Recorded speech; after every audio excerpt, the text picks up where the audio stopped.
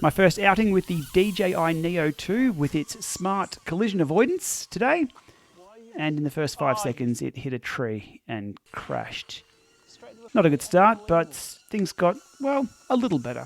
Okay, in amongst literally thousands of release day videos of the DJI Neo 2 drone, I couldn't find any that actually showed the speed overlay when following a cyclist, so I couldn't tell how fast the drone was or its true capability. So today I set out to do my own testing after buying the drone and it arriving.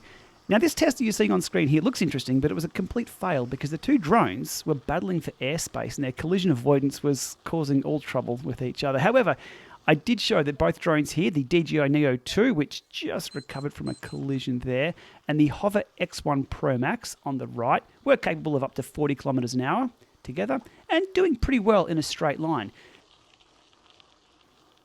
The DJI Neo 2 just appeared a little bit better at responding to accelerations. But on screen, no colouring, no grading, nothing. This is just raw footage, compressed down obviously for YouTube. But the HoverAir X1 PROMAX, the colourisation looks a lot better.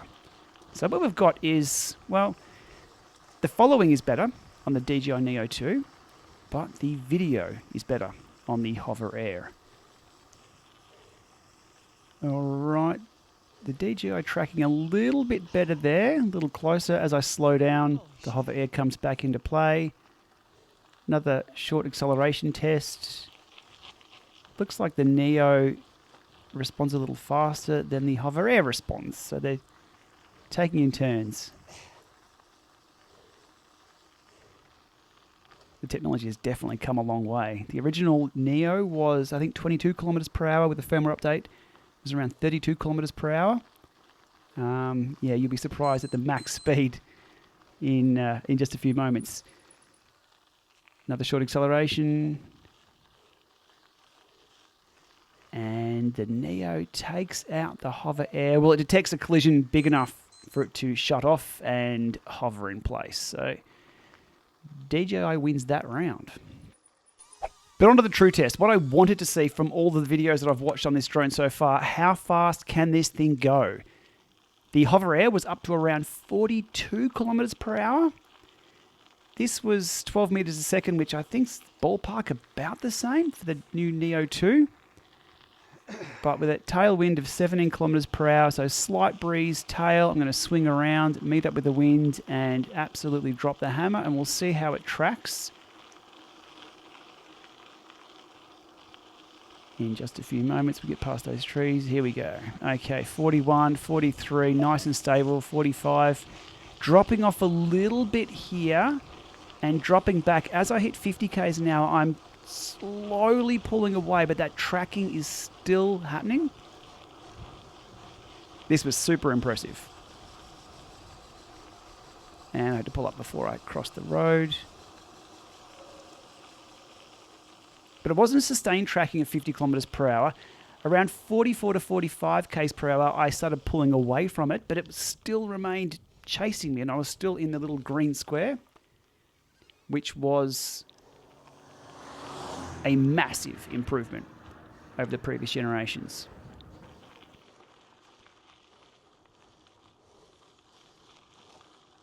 Speed test number 1. Pretty good, pretty good. Oh, by the way, that was a car going past you. That's the radar going off. Right. Now, that's one thing. How do we go when we start moving the drone around from side to side and changing things? So it's just pressed on the screen there for it to come around for the front of me. It avoided that tree and slowly worked its way around to the front. That was fucking close. And it nearly hit that tree. You're hitting a tree. And let's go, come on. Here's where I was telling it was definitely going to hit a tree. And no surprise whatsoever, in reverse follow mode like this, it hit a tree.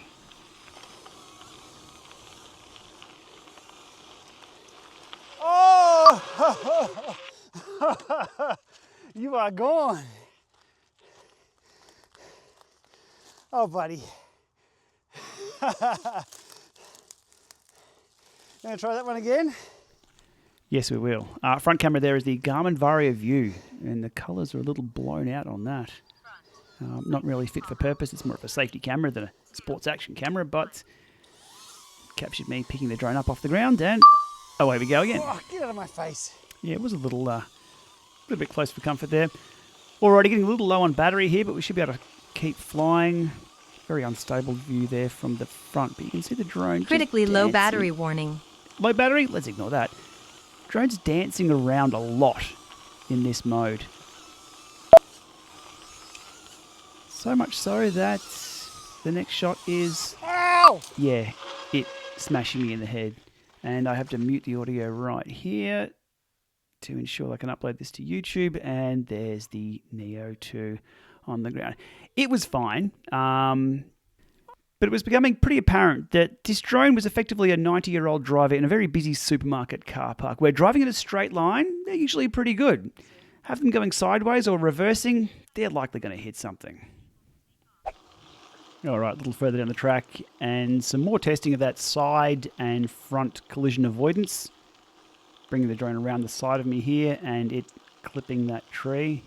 Recovery was good.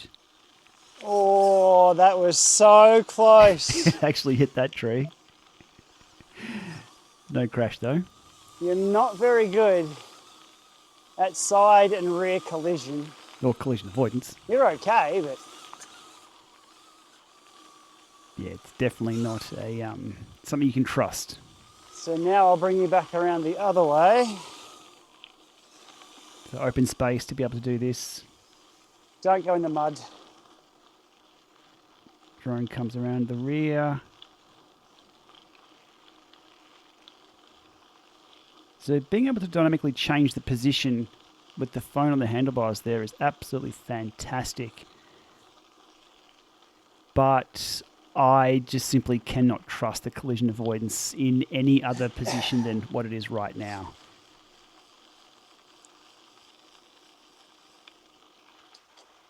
It's still pretty impressive, the technology we have access to these days. This is absolutely phenomenal. Okay, going a little high with that shot. Bring that up. Another rider in front of me on road tyres on this. Not the best trail to be on road tyres, but they got the job done. Bring it around.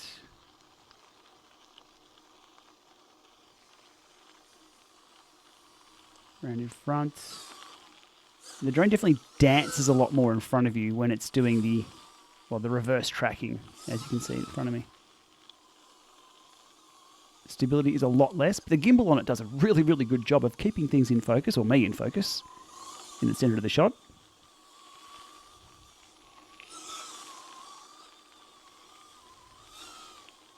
Yeah, there's a bit of that bouncing around there. Oh, close.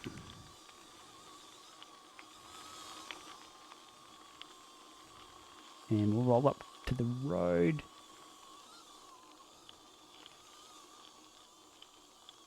Okay, bring that down low.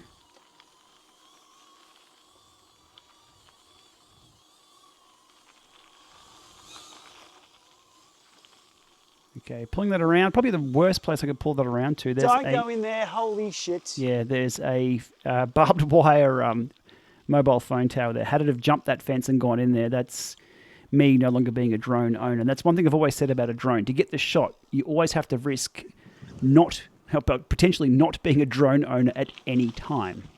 Yeah, drones sometimes do their own thing. But speaking of doing their own thing, let's put this to the test again, just up and over this hill at around 40 to 45 k's an hour. Alrighty, hill crested, hammer down, speed ramping up, 40 k's an hour, 41. Yeah, I'm within a few kilometers of the airport too, so I'm getting warnings on the screen there. 45 k's an hour, tracking nice and smooth now. Drone just dropping off a little bit at that 43 to 40k an hour zone. 41, dropping down the speed. It will come back to me. But any faster than that, it will just back off a little bit. So I think the specification of 12 meters a second, which is 42, 43, 44 k's an hour, is pretty good. Again, touching on 45. and the 46, the drone backing off a little bit. As soon as I hit the next crest, you see it there just dropping back. Still phenomenal, but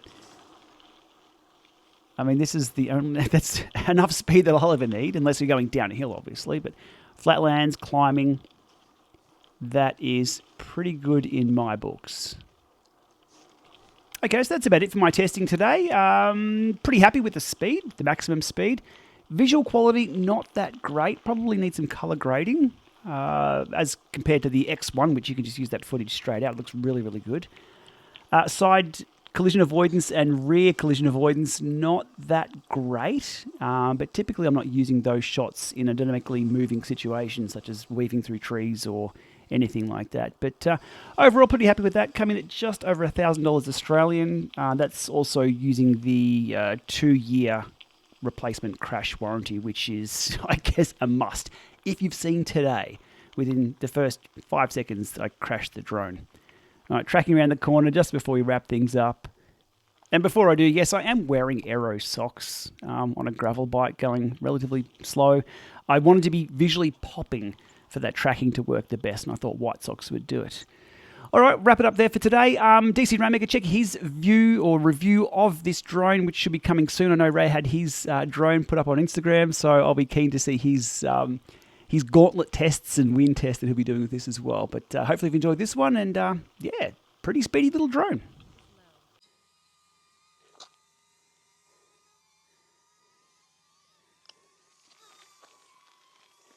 Where were you going?